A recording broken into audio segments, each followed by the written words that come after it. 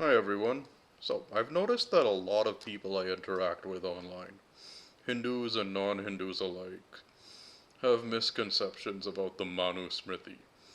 They think that this is the book of Hindu law analogous to, for example, Islamic Sharia. This is wrong, as I will show you. The Manusmriti's full Sanskrit name is Manav Dharmashastra. When it is cited in scholarly works, it has the abbreviation MDH. The Dharmashastras are a genre of texts that fall under the category of Smriti. In other words, they are understood by Hindus themselves not to be divine revelation, but an embellishment on it by human hands, limited in authority and bound by the human author's understanding.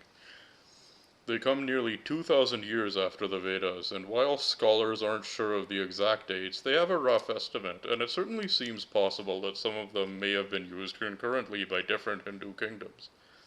These books contradict each other thoroughly. For example, Yagyavalkya Smriti, chapter 2, verse 274 says that thieves should be executed after being forced to return what was stolen. Vishnu Smriti, chapter 5, verses 77 to 90 gives a wide range of fines and corporal punishments for theft, but never a capital punishment. The Manusmriti, in chapter 8, verses 336 to 338, actually prescribes a fine for theft that increases proportionate to the offender's caste, something not found in the other Dharmashastras.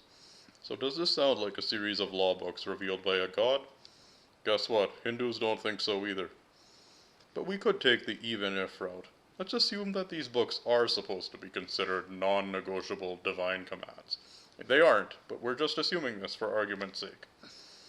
If you try to use this content in the Dharmashastra genre to form polemics against Hinduism, you would have a hard time given that they contain guidance to abandon religious practices that are disliked by society. For example, in Yagyavalkya, chapter 1, verse 155, he should not perform even an act prescribed by Dharma when it does not lead to a good outcome or is repulsive to the people.